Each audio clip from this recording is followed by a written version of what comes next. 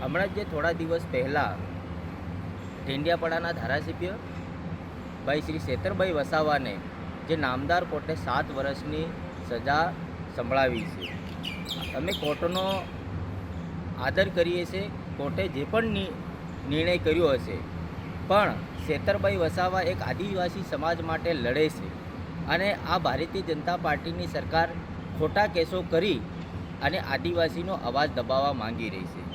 ત્યારે સમગ્ર આદિવાસી સમાજ થકી અને સમગ્ર યુવાનો થકી અમે શેતરભાઈને સમર્થન કરીએ છીએ. શેતરભાઈ વસાવા એક સમાજનો આગેવાન છે. સમાજના હકો માટે હરેક જાતિ સાથે ઊભા રહે છે. માટે અમે શેતરભાઈ વસાવાને સમર્થન કરીએ છીએ. સાથે જ આવા ઘણા નેતાઓ કે જે આદિવાસી સમાજનો અવાજ ઊભો કરવા જાય છે, ત્યારે આ ભારતીય જનતા પાર્ટીની સરકાર કંઈક ને કંઈક રીતે ખોટા કેસો ઊભા કરી અને આદિવાસી સમાજના યુવાનો હોય કે નેતા હોય એમનો અવાજ દબાવવાનું કામ આ સરકાર કરી રહી છે.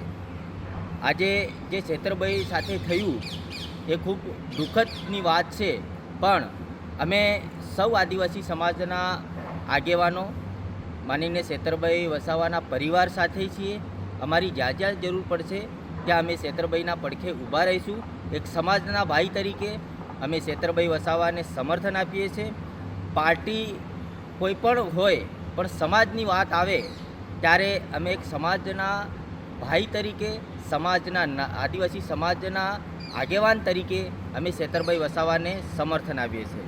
સાથે જ હું આ ભારતીય જનતા પાર્ટીની સરકારને કહેવા માગું છું અને નામદાર કોર્ટને અપીલ પણ કરું છું કે એમની સાથે જે એક મહિલાને જેમની 20 કે 15 દિવસનું બાળક લઈ એમને પણ તમે સજા કરવામાં આવી છે.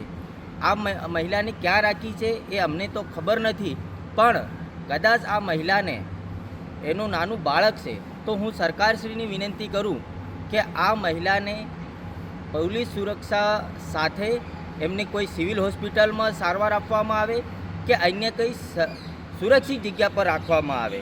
કારણ કે તમે સમગ્ર આદિવાસી સમાજ જ જાણે છે કે આ કેસો તદ્દન ખોટા છે અને આમાં નિર્દોષ લોકોને ફસાવવામાં આવ્યા છે.